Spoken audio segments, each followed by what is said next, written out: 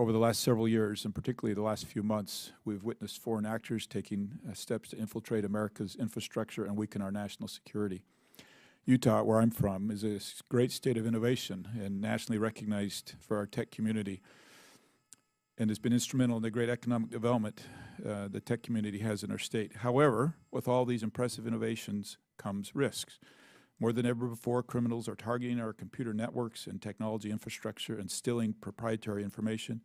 In fact, Utah state government's own network sees an average of 5 million attacks every month. Small businesses are not immune from cyber attacks, and as we've heard here today, are actually more likely to be targeted because they lack the resources. As a former small business owner, I understand that many small businesses don't have an IT department. Mr. Linger, I hear you say $50,000, and that's just insurmountable for many small businesses. Matter of fact, usually the owner or the family members take that IT hat and try to deal with this problem.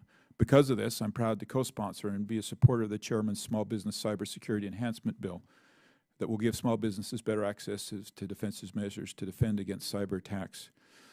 So my question for the three of you is, what is the very most important thing that we can be doing to help these small businesses here in Congress and protect them from the bad actors like ZTE and others?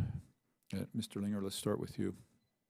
Yeah, any support that you can provide for those small businesses, it's so critical. I mean, it is a significant investment that they don't have. And to your point, oftentimes their IT department is the owner's son who's in high school, right? I mean, that is, you see that it's reality again and again, yes.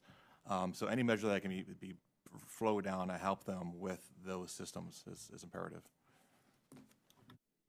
A couple things that haven't been mentioned. Mr. Olson touched on information sharing. So Congress did pass a law a couple of years ago to encourage classified threat information to be shared, mainly with the ISPs, the internet service providers, that would essentially patch, known vulnerabilities, so the small business owners would be the beneficiary of that, but of course might never see it because it would happen upstream. So that's one. Another important one that Congresswoman Adams mentioned is the educational component. So training the next generation of sort of cyber warriors, and they don't always need a 4 or 8 year computer science degree, but maybe a 2-year degree, and just understanding the basic blocking and tackling of cybersecurity is another area I think that Congress could look at. Thank you.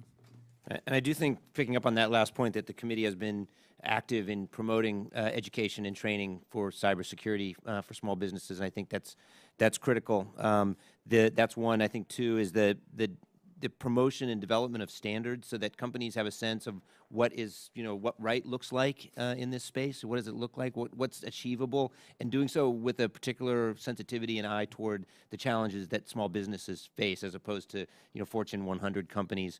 And then third, moving more broadly, I do think that there's an opportunity in the market for cybersecurity companies to help smaller companies pool together so that they aren't in this alone. So what cybersecurity today is largely you're on your own. Every company is doing this by themselves.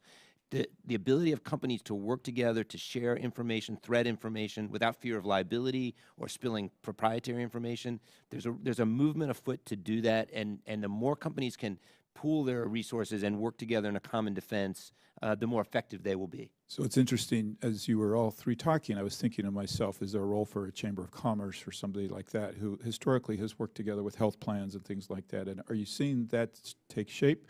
And is there any way we can nudge that forward that you can all think of?